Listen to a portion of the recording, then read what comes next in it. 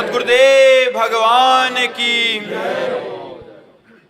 राधे राधे महाराज जी, आपके चरणों में कोटि कोटि प्रणाम। महाराज जी, इस शरीर की पत्नी में हमारी बहुत आसक्ति है, इसके कारण महाराज जी भजन में घाटा हो रहा है, डट के भजन नहीं कर पा। नहीं, कोई बात नहीं कि आज जो पति पत्नी में मनमुटाव हो रहा है, पति पत्नी में संबंध विच्छेद हो रहे, पति पत्नी में जो हिंसा हो रही है, उससे अच्छा है कि पति पत्नी से प्रेम करे, पत्नी पति से प्रेम करे, पत्नी और पति दोनों एक दूसरे के हृदय में भगवान को देखने की चेष्टा करें और खूब डट के प्रेम करें। कोई बाधा नहीं।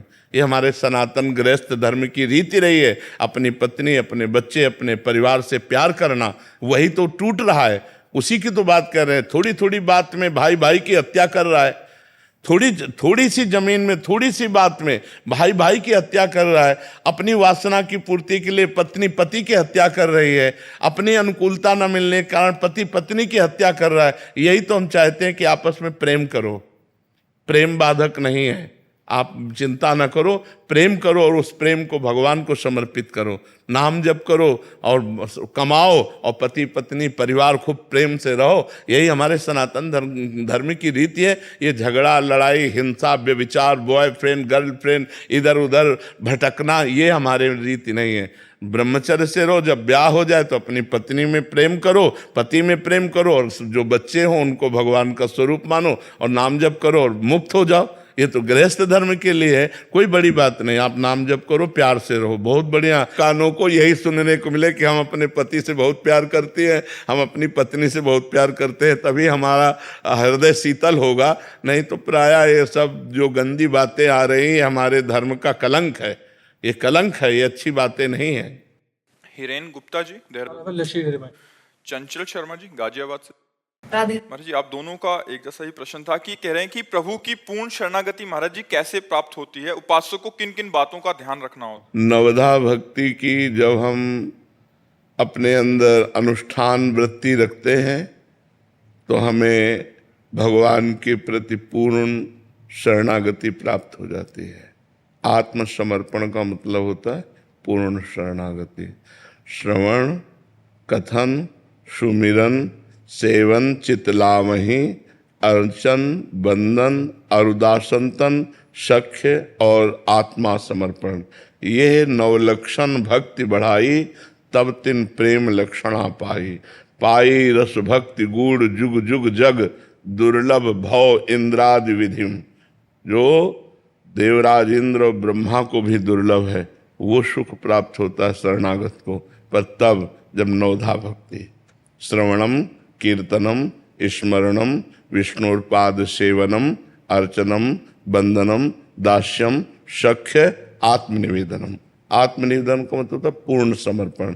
जब हम बहुत भगवान की लीला कथा सुनते हैं, कीर्तन, नाम कीर्तन करते हैं, भगवान की कथा करते हैं, स्वयं भगवान को कथा सुनाते हैं, स्मरण करते हैं, हर समय नाम जप का स्मरण, भगवान की अर्चना वंदना करते हैं, भगवान के प्रति दास्य भाव रखते हैं, भगवान ही हमारे मित्र हैं, और भगवान के प्रति पूर्ण आत्मसमर्पण, मन वचन कर्म, तन वांग मनोभिर अमलई शुभम तो एवाश्रिता। शरीर से, मन से, वाणी से और स्वयं से भगवान की शरणागति प्राप्त हो जाती है जब 9 प्रकार की भक्ति का अनुष्ठान किया जाता है। सावधानी ये है कि हमारे अंदर विकारों की प्रबलता है और उस प्रबलता में हम अधर्माचरण कर देते हैं। अधर्माचरण होने से भक्ति में रुचि नहीं रहती। इसलिए कुत्सित वाद विकार परधन सुन सिख मंद परती बंचु, मेरी सो भैया कृष्ण गुण संचु। यदि तुम्हें भगवान की भक्ति का भाव हृदय में आया है तो कुत्सित वाद, गंदी बातें बोलना बंद करो। जैसे किसी की निंदा करना है, किसी को दुख देने वाले वचन बोलना है, झूठ बोलना है, कपट भरे वचन बोलना है, ये अगर भक्ति करनी है तो कुत्सितवाद, हरिवंश महाप्रभु कह रहे हैं, इसका त्याग करना होता है। वाणी से पवित्र बोलो, मृदु बोलो, सत्य बोलो, हितकर बोलो, कम बोलो। ज़्यादा बोलने से व्यर्थ की वार्ता होती है। कुत्सितवाद विकार है, विकार 6 हैं, काम क्रोध लोभ मोह मद मत्सर, षड विकार। इन 6 विकारों को जीतना होगा भक्ति के मार्ग में। इनको सपोर्ट लेना धर्मयुक्त। जैसे हम गृहस्थ हैं तो हम अपनी पत्नी के प्रति आकर्षण करते हैं, अन्य के प्रति नहीं। तो काम ने आक्रमण किया पर हम भक्ति का पक्ष लेकर, धर्म का पक्ष लेकर बच गए। अगर वही हम किसी पराई माता बहन की तरफ गंदी दृष्टि करेंगे, भक्ति की तो बात जाने दो, घोर अधर्म हो जाएगा। भगवान के मार्ग में चलने में, अध्यात्म में चलने में ये सावधानी रखनी है। हमारे अंदर क्रोध आता है जब अनुकूलता का विरोध होता है। अनुकूलता का जहाँ हमारे विरोध होता है वहाँ में हम अपनी अनुकूलता चाहते हैं। अगर हम दूसरे की अनुकूलता चाहने लगे तो क्रोध नहीं आएगा। अपनी अनुकूलता चाहने पे क्रोध आता है जब अपनी कामना में, कामा संजायते क्रोधा, जब हमारी कामना में बाधा पड़ती है तो हम कामना करें ही नहीं। सब में भगवान है, हम सबको सुख प्रदान वाली बात करें, पर ये तभी आएगी जब नाम जप होगा। अगर नाम जप की कमी है तो शुष्क हृदय में ज्ञान टिकता नहीं है, सरस हृदय में ज्ञान टिकता है। हमारा हृदय शुष्क हो गया है, विषयों का सेवन करते करते, संसार का चिंतन करते करते शुष्क हृदय हो गया है। इसको द्रवित करना है भगवान की कथा से, भगवान के नाम जप करने से, भगवान की चरण सेवा से, भगवत भाव से सबकी सेवा करने से। तब हमारे हृदय में भगवान की शरणागति आती है। या कोई घटना प्रकट हो जाए अचानक, जिन जिन का हम आश्रय लिए वो सब हमें ठुकरा दें, हमारे पास कोई आश्रय न रह जाए और फिर साधु समागम मिल जाए तो सहज में भगवान की शरणागति हो जाती है। 2 प्रकार से, एक विवेक के द्वारा संसार के राग का त्याग करते हुए, नवधा भक्ति का अनुष्ठान करते हुए भगवान की शरणागति, और एक भगवान की कृपा से ऐसी प्रतिकूलता प्राप्त हो गई, कोई अपना नहीं, जिधर देखो उधर ठोकर तिरस्कार, कोई हमारा साथ नहीं दे रहा। फिर संत संग मिल जाए तो रास्ता भगवान का खुल गया, तो हृदय से भगवान की शरण में हो जाता है और फिर उसके अंदर भक्ति का प्रादुर्भाव हो जाता है। तो भगवान कृपा करें, या तो विवेक के द्वारा शरणागति दे और या फिर कोई घटना प्रकट करें। बहुत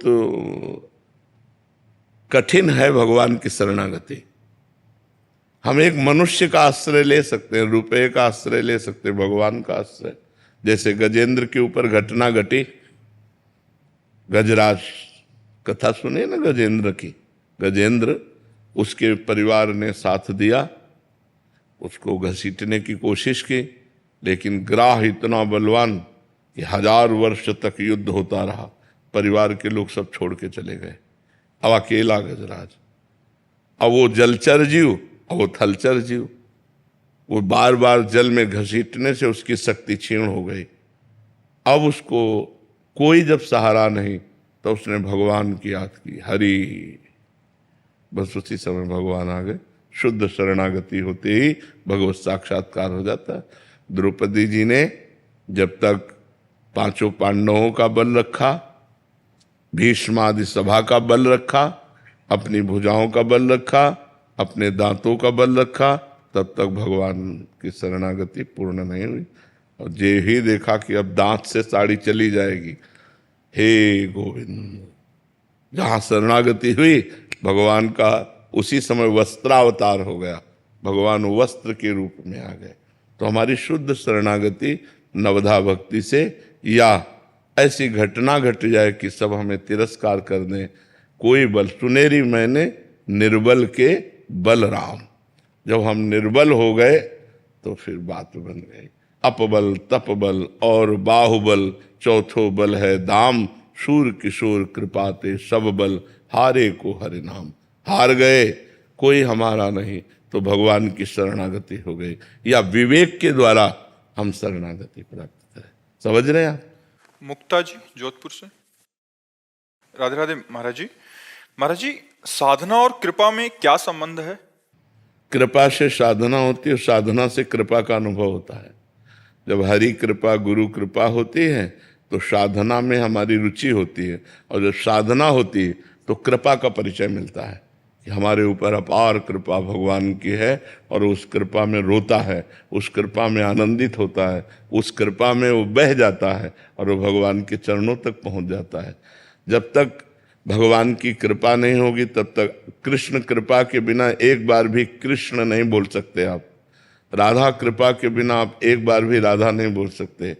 भगवान की कृपा के बिना आप संत समागम नहीं प्राप्त कर सकते। अब मोहि भाव भरोस हनुमंता, बिनु हरि कृपा मिले नहीं संता, जो प्रभु मोहि अनुग्रह कीन्हा, तो तुम आई दरसठ दीना। विभीषण जी हनुमान जी से कह रहा, मुझे भरोसा हो गया कि भगवान हम पर कृपा किए हैं, क्योंकि अगर कृपा न किए होते तो आप जैसे महान भक्त के दर्शन न होते। साधु समागम भगवान की कृपा, नाम जप भगवान की कृपा, प्रियाजू के धाम आना भगवान की कृपा। अब कृपा से साधना और साधना से कृपा में डूबना।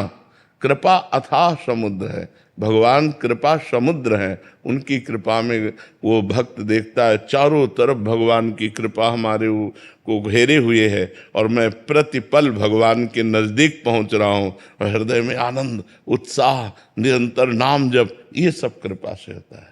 महाराज जी, क्या सात्विक गुण भी माया है आप ही का? हाँ, सात्विक गुण भी माया है, इसका भी त्याग करना पड़ता है आगे चल करके।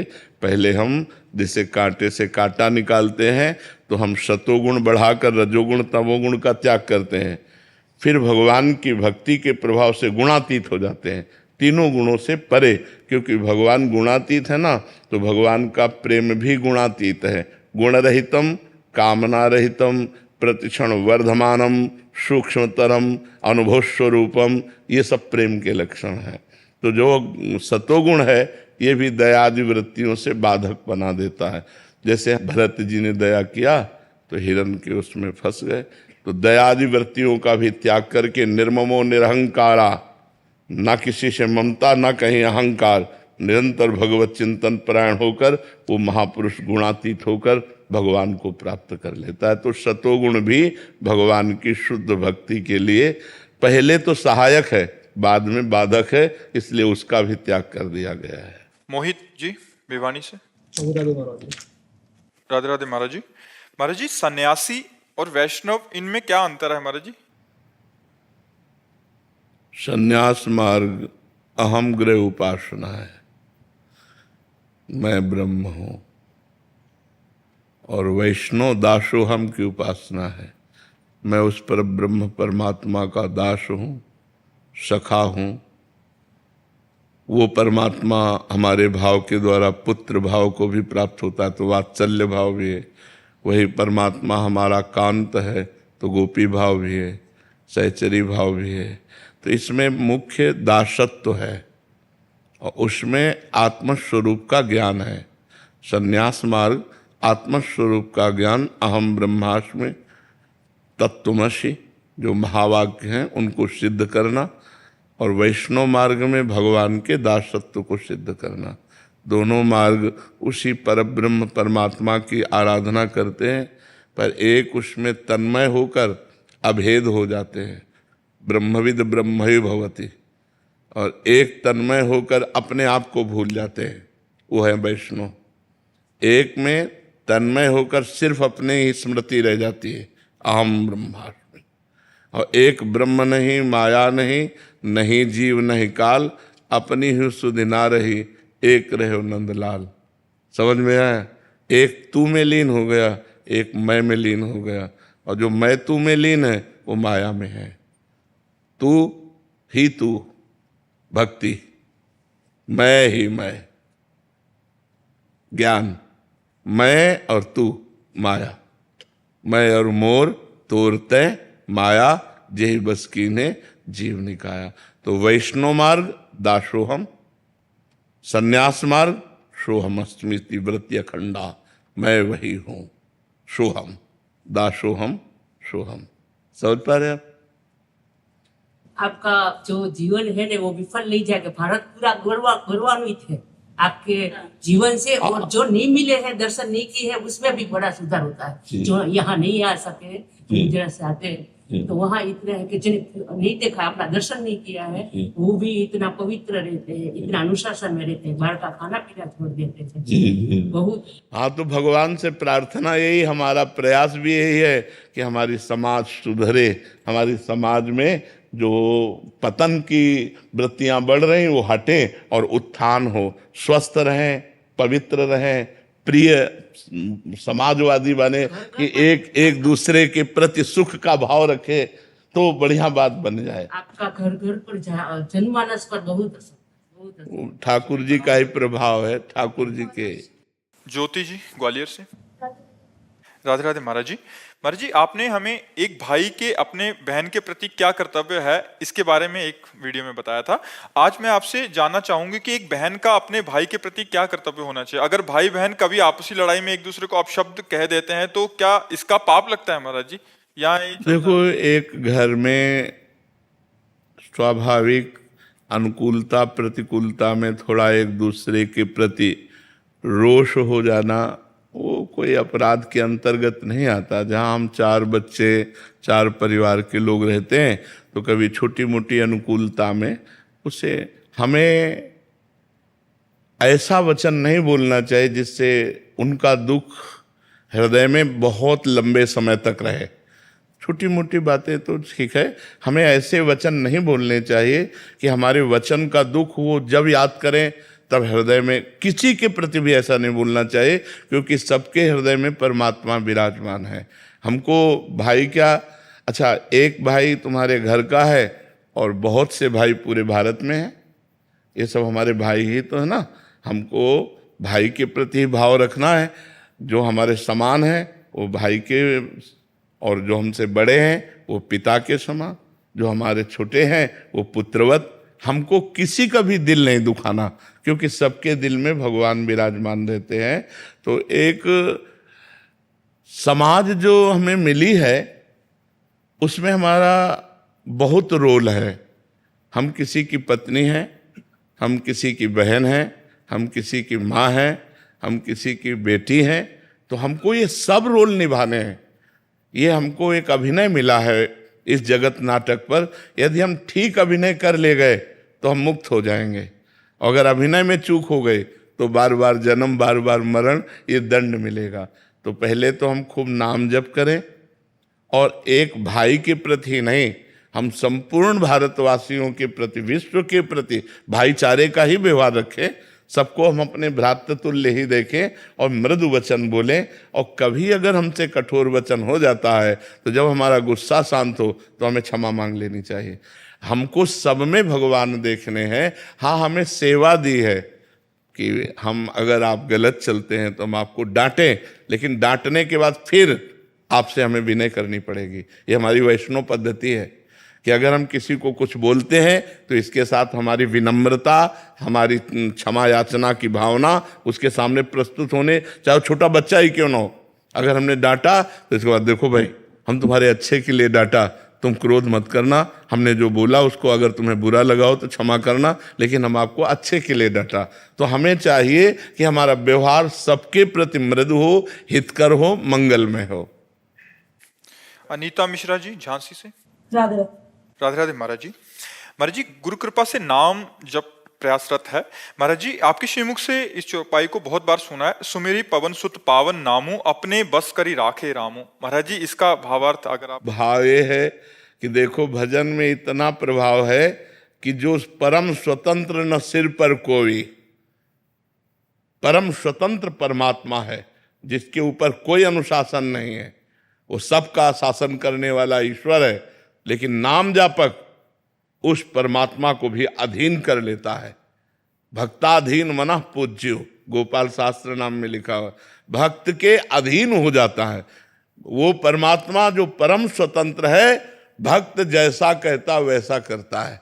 देखो, जिसे वेद शास्त्र पुराण जस गान करते हैं, गोपीजन एक छाछ में उसको नाच नचा रहे हैं। ताई अहीर की छोहरिया, छछिया भर छाछ में नाच नचावे। सुमिर पवन सुत पावन नामू, अपने बस करी राखे रामू। भगवान को अपने अधीन कर लिया हनुमान जी ने, भगवान की भक्ति से, भगवान की सेवा से, भगवान के नाम जप से। तो हमें चाहिए कि हम अपने प्रभु को इतना रिझा लें कि भावे मोहि जोई, सोई सोई करे प्यारे। पहली भक्ति है जोई जोई प्यारो करे, सोई मोहि भावे।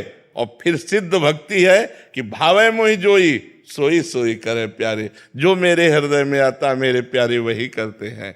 मेरे प्यारे मेरे हृदय में जो जो भाव आता है वही करते हैं। यही भक्ति की सिद्धावस्था है कि हम जैसा सोच रहे हैं वैसा ही प्यारे, वैसी लीला कर रहे हैं वैसा ही। तो सुमिर पवन सुत पावन नामू, अपने बस करी राखे रामू। परम स्वतंत्र भगवान स्वयं हनुमान जी से कह रहे हैं, प्रति उपकार करो का तोरा, सन्मुख होई न सकत मन मोरा।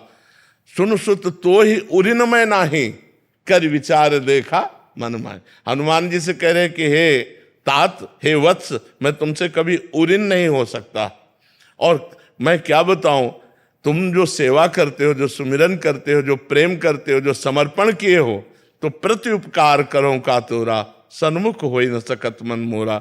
मतलब तुमसे आंख नहीं मिला सकता, इतना प्रेम व्यवस्था की बात भगवान ने कर दी। तो यही है सुमिर पवन सुत पावन नामू, अपने बस करी राखे रामू। करण सिंह अटवानी जी, राधे राधे महाराज जी। महाराज जी, आप कह रहे हैं कि आप बच्चों को पढ़ाई कराते हैं, उसमें इतना इन्वॉल्वमेंट हो जाता है कि जो नित्य नेम है वो कहीं ना कहीं बाधित होता है, इसलिए असंतुष्टता और मरने के बाद क्या होगा इसकी चिंता महाराज जी बहुत सताती है महाराज। तो हाँ, बिल्कुल होना चाहिए, ये तो बहुत बड़ी बात है। हम तो प्रायः जो परिजन होते हैं उनको एक बात कहते रहते हैं कि आपको ध्यान है आप मरोगे। तो आदमी बुरा मानता है, नहीं मानता कि यार मरने की बात क्यों करते हैं। और मरने की बात ही हमको संभाल सकती है कि यार मरना है मुझे। अगर श्री कृष्ण ना मिले, प्रभु ना मिले, वो परमात्मा, वो वाहेगुरु ना प्रसन्न हुए, तो हमारे जीवन का लाभ क्या रहा, हमारा जीवन व्यर्थ चला जाएगा। तो ऐसे अन्य समय नाम जप करो, और जब पढ़ाई में इन्वॉल्व हो, बच्चों को पढ़ा रहे हो, तो बच्चों में भी भगवान को देखो, उस परमात्मा को देखो। और जय घंटे पढ़ाई की, उसके बाद उसको भगवान को समर्पित कर दो। कि जैसे हमने 5 घंटे पढ़ाई करे, तो फिर 5 घंटे बाद हम हे प्रभु, हे करुणामय, हे वाहेगुरु, ये जो 5 घंटे हम विद्यार्थियों को पढ़ाते रहे, ये सेवा भी आपको समर्पित है। तो वो भी भजन बन जाएगी, कर्म समर्पण वो भजन बन जाएगा। और बीच बीच में नाम जप करते रहो। नाम जप निरंतर ना हो पावे तो जितना समय हमें मिले उतने समय को तो हम नाम जप में लगा दें, और शेष समय को भगवान को समर्पित कर दें, तो हमारा टोटल समय भगवान में चला जाएगा। इसलिए में भगवत प्राप्ति हो जाएगी। और ये पीड़ा होनी चाहिए, पर ये पवित्र हृदय में होती, सबके हृदय में नहीं होती। जो अपवित्र हृदय होते हैं उनको होता है मरेंगे तो देखा जाएगा, लेकिन जो पवित्र हृदय होता है उसमें जलन होती है कि अगर इस जन्म में हम काम ना बना पाए तो अगले जन्म में पता नहीं कौन सी योनि हमें प्राप्त हो, क्या उस योनि में हमसे भजन होगा। मान लो हम पशु पक्षी बने तो क्या उसमें हमसे भजन हो पाएगा, हमसे साधना हो पाएगी? नहीं, केवल कर्म भोग होगा। तो मानव जीवन प्राप्त करके हम इतना भगवत भजन करें कि इसी जन्म में हमें भगवत प्राप्ति हो जाए। कम भगवत प्राप्ति हो जाएगी इस पर विश्वास। बिना प्रयास के हर समय भगवान का स्मरण रहना मतलब भगवत प्राप्ति के योग्य आप हो गए हैं। हर समय उठते बैठते चलते फिरते यदि हमारे भगवान की स्मृति है, बस भगवत प्राप्ति हो गई। तो संत महात्माओं का आदर और समस्त जीवों के प्रति भगवत भाव और नाम जप, इसी से भगवत प्राप्ति हो जाएगी। नामे रुचि, वैष्णव सेवा और जीवे दया, ये सबसे बड़ा कार्य है। अगर जीवे दया और नामे रुचि और वैष्णव सेवा, संत साधु सेवा और खूब नाम जप और सबके प्रति परोपकार की भावना, बस भगवान की प्राप्ति हो जाएगी। गृहस्थ धर्म में ज्यादा प्रपंच करने की जरूरत नहीं, नाम जप करो और अपने कर्म को भगवान को समर्पित कर दो, इसी से भगवत प्राप्ति हो जाए। पर आहार शुद्ध होना चाहिए। कई लोग भक्ति को तो करना चाहते हैं लेकिन आहार को नहीं सुधारना चाहते। आहार में जैसे मांस है, अंडा है, शराब है, ये गलत चीजें यदि आप खाओगे और सोचो कि हम भक्ति भी कर लेंगे तो असंभव। जैसा खाओ अन्न वैसा बने मन, तो इसलिए हम किसी जीव को दुख न दें। जो मांस है वो जीव की हिंसा है। तुम भले ना करो लेकिन खा रहे हो तो तुमको हिंसा का दंड मिलेगा। इसलिए आहार शुद्ध रखो, विचार शुद्ध रखो, अपने कर्मों को भगवान को समर्पित करो और नाम जप करो, तो गृहस्थ में रहते हुए भी भगवत प्राप्ति हो जाएगी। जी आहार शुद्ध है, नॉनवेज वगैरह या से बहुत सुंदर, बहुत सुंदर। पर अगर मान लीजिए फास्ट फूड या वैसी चीजें खाते हैं, पवित्र दुकान से लेकर, पवित्र जगह से लेकर, प्योर वेजिटेरियन, हाँ, और भगवान को अर्पित करके, जैसे मान लो हाथ में लिए तो पहले वाहेगुरु का स्मरण किया, उनको अर्पित किया, फिर पा लिया। ठीक है। अमिता जी। श्री हरिवंश। श्री हरिवंश महाराज जी। महाराज जी, आप कह रहे हैं कि आपके पति ने एक मंदिर बनवाया था बहुत समय पहले, अब उसकी मुरम्मत करानी है महाराज जी, तो क्या उसकी जो शिव विग्रह हैं उनको एक साइड निकलवा के रखना पड़ेगा महाराज जी? फिर क्या महाराज जी, फिर से जब उनको प्रतिष्ठित करेंगे तो क्या फिर से? वैसे श्री विग्रह ना निकाले जाए तो अच्छा, क्योंकि एक बार प्राण प्रतिष्ठा हो जाती है तो उनको स्थानांतरित करना बनता नहीं है। जब प्राण प्रतिष्ठा हो जाती है तो स्थानांतरित करना नहीं बनता है। यदि प्राण प्रतिष्ठा नहीं की गई मंत्रों द्वारा तो स्थानांतरित कर सकते हैं। अगर प्रतिष्ठा की गई है उनकी, लेकिन पीछे से मंदिर सारा टूट गया, तो ये है कि मूर्ति शिव विग्रह को कोई क्षति ना पहुंचे, कुछ ऊपर से गिरना। हाँ, ये बात तो है। तो किसी पंडित से फिर मंत्रों के द्वारा उनको स्थानांतरित करवाइए, आराधना कीजिए, प्रार्थना कीजिए और उनको स्थानांतरित करा के पवित्र जगह में विराजमान कर दीजिए। और जब मंदिर बन जाए तब फिर मंत्रों के द्वारा उनको वहीं विराजमान कर दीजिए। हाँ, ऐसा कर दीजिए। ठीक है, बहुत अच्छा है। आजकल तो मंदिर बहुत बने, पानी चढ़ाने वाला कोई नहीं मिलता। गांव में देखो ना, मंदिर बने हैं, कोई पानी चढ़ाने वाला नहीं, कोई आरती करने वाला नहीं, कोई भोग लगाने वाला, क्योंकि सब नए लड़के शराब पीना, इधर उधर घूमना फिरना, उदंडता। अब ये रही नहीं गया कि 4 बजे उठो नहा धो करके भगवान शंकर में या कोई भगवत आराधना। अब तो 9 बजे तक सोना है, 9 बजे तक सोना, अपना फिर पशुवत व्यवहार, पशुवत दिनचर्या रह गई। जो हमारी धार्मिक दिनचर्या है वो प्रातः काल से प्रारंभ होती है। प्रातः काल 4 बजे उठना बड़ा मुश्किल हो रहा है। आज की दिनचर्या ऐसी चल गई है कि 9, 10, 11 बजे तक लोग सोचते हैं। हमें लगता है अगर जीवन को सार्थक करना तो 4 बजे उठना चाहिए। ब्रह्म मुहूर्त में उठ करके अपनी दिनचर्या पूरी करके कुछ नाम जप, कुछ शास्त्रों का स्वाध्याय, कुछ देव आराधना, मंदिर जाना, दर्शन करना, जल चढ़ाना, आरती पूजा कर, ये सब भागवतिक कार्य तुम्हारे पापों को नष्ट करके तुम्हें सुख प्रदान करेंगे। आप ऐसा कर लीजिए। स्वामी ज्योति प्रवाहानंद जी, कोलकाता से। राधे राधे महाराज जी। महाराज जी, अपने गुरु जी के प्रति 100% समर्पण का भाव कैसे हो? आज्ञा पालन से। जो गुरुदेव आज्ञा करते हैं उनका अक्षरशः जब हम पालन करते हैं तो हमारा हृदय निर्मल होता है, और जैसे जैसे आनंद की अनुभूति होती है वैसे वैसे समर्पण होता जाता है। गुरु साक्षात परब्रह्म, यही अनुभूति करना है। हमारे परब्रह्म परमात्मा मूर्तिमान गुरुदेव के रूप में विराजमान है। हमारी दृष्टि बस इसी में टिक जाए तब हमारी गुरु भक्ति पूर्णता को प्राप्त होती है। वो गुरु आज्ञा, आज्ञा समन सुसाहेब सेवा। गुरु जैसी आज्ञा करे, जिस तरह से रहनी बतावें, जो नाम मंत्र दें, जो उपासना दें, उसी में चित्त जोड़ दे तो शिष्य गुरु स्वरूप हो जाता है। जो गुरु के हृदय में चलता है वही शिष्य के हृदय में आ जाता है। शिष्य और गुरु अभेद हो जाते हैं, तभी भक्ति पूर्ण मानी जाती है, जब शिष्य और गुरु अभेद स्थिति को प्राप्त हो जाए। इसलिए अपने गुरुदेव के द्वारा दिए हुए नाम मंत्र, उनके द्वारा दिया हुआ जो साधन है, साधन पथ है, उसे दृढ़ता पूर्वक पकड़कर उसी में चलते रहना चाहिए। गुरु के विरुद्ध यदि इतना भी आचरण होगा वो हमारे आनंद का नाश कर देगा।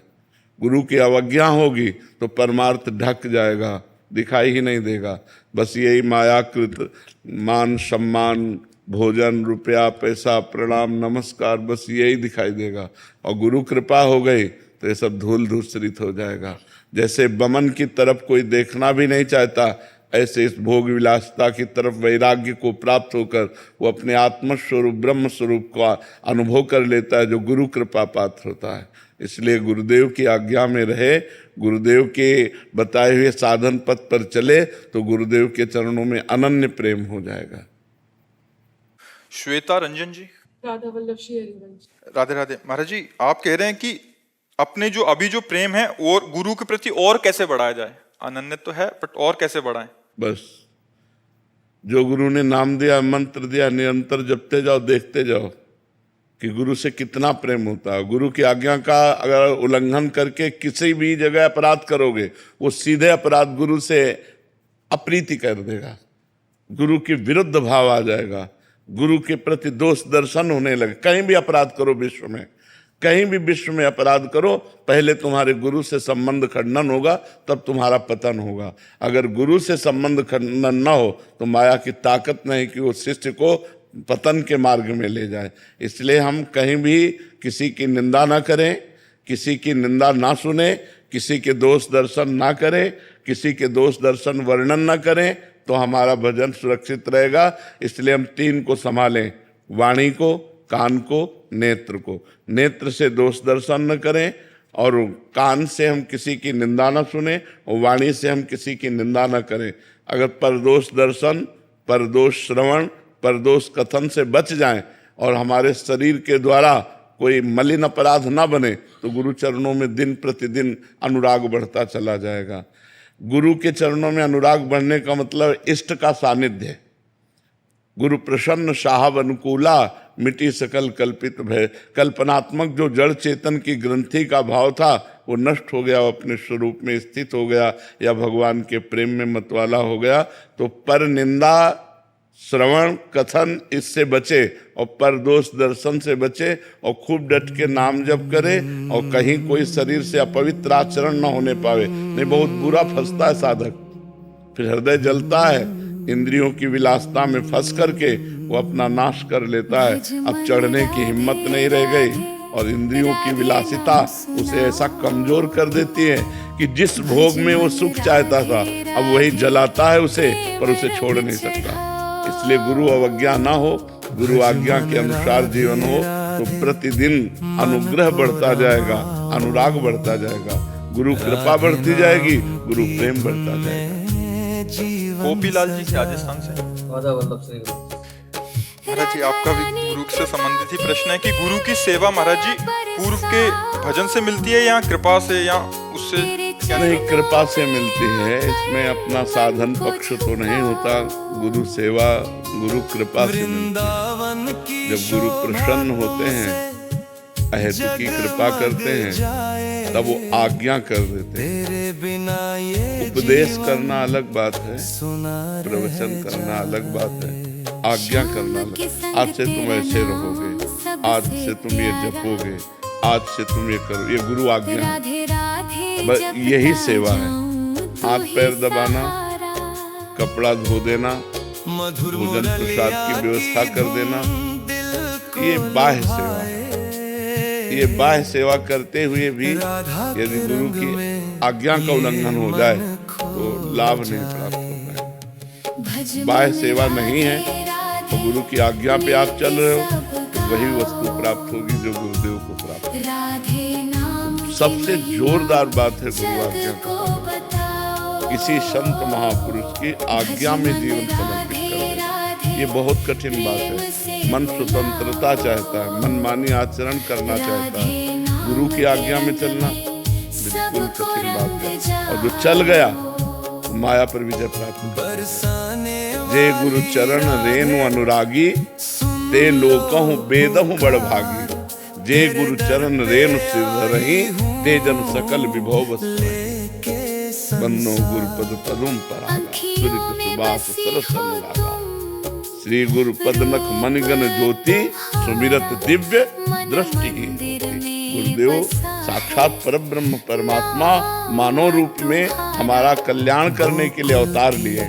बन्नो गुरुपद कंज, कृपा सिंधु नर रूप हरि। महामोह तम पुंज, जासु बचन रवि कर निकर। पर अपने गुरु में मनुष्य बुद्धि या बहुत से बहुत संत बुद्धि परब्रह्म बुद्धि नहीं हो पाती, इसीलिए हम लाभ नहीं ले पाते। अगर ये कि हम जिसकी आराधना कर रहे हैं, जिस इष्ट को प्राप्त करना चाहते हैं, वही इष्ट मूर्तिमान गुरुदेव के रूप में विराजमान है। अब हम कौन सा ब्रह्म साक्षात्कार करें? हम अपने ब्रह्म से बात करते हैं, हम अपने ब्रह्म का दर्शन करते हैं, हम अपने ब्रह्म के अनुभव में हैं। तो ये बहुत कठिन है, बहुत कठिन। गुरु प्रेम होना बहुत कठिन बात है। गुरु की छोटी छोटी वस्तु मतलब भगवान जैसी प्यारी लगेगी।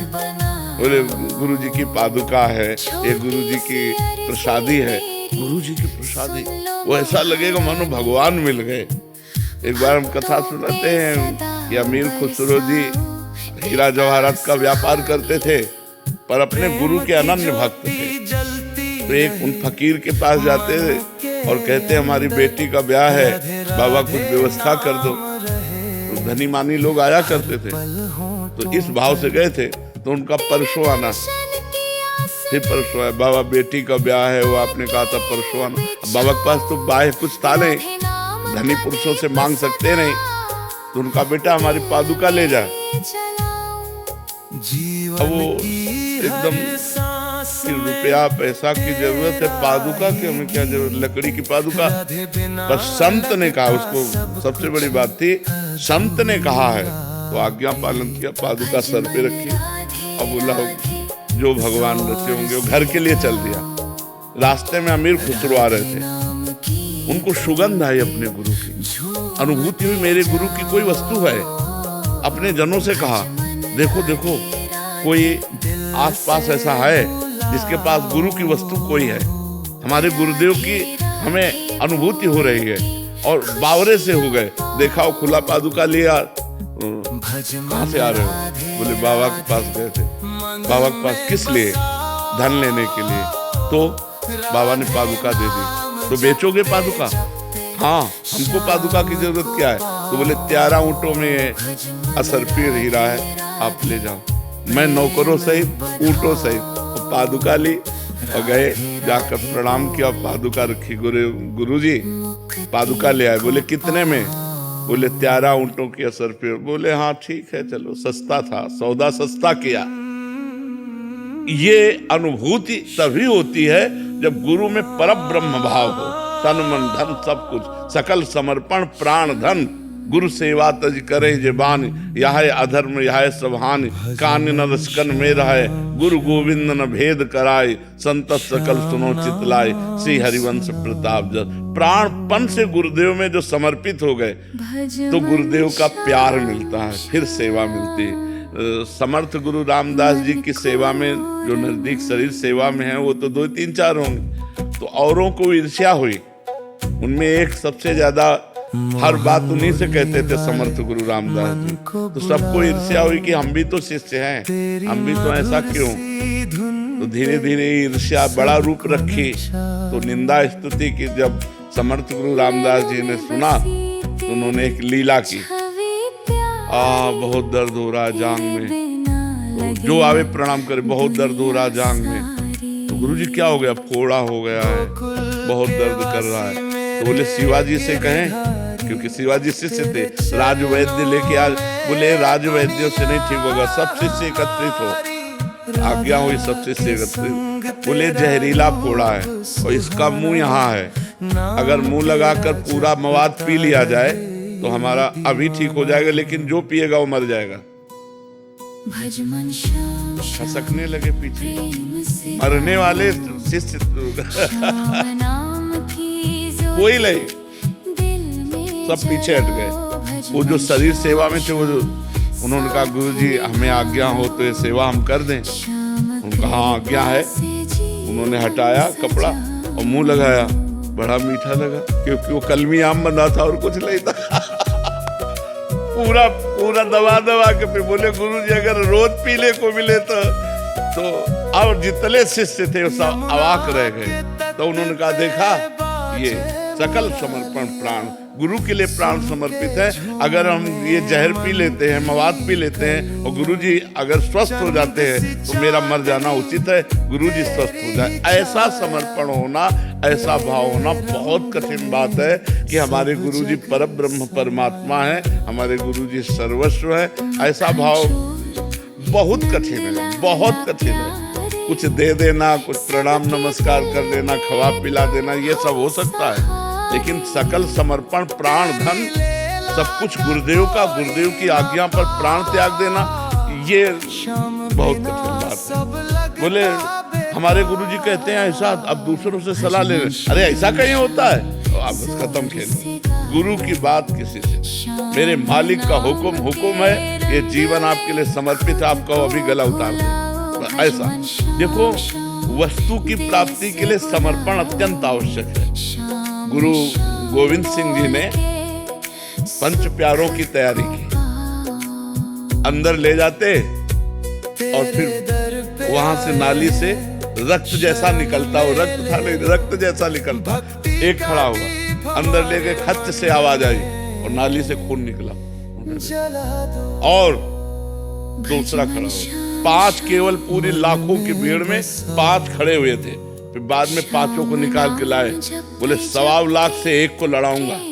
ये जो प्राण समर्पित किए हुए हैं, ये 1.25 लाख को परास्त कर सकते हैं। ऐसे महावीर जिन्होंने प्राणों को गुरु के लिए समर्पित कर दिया, वही विजय दिला सकते हैं। तो ऐसा प्रवचन कर लेना, प्रवचन सुन लेना, गुरु मान लेना, ये सब सरल बातें, लेकिन गुरु की मान लेना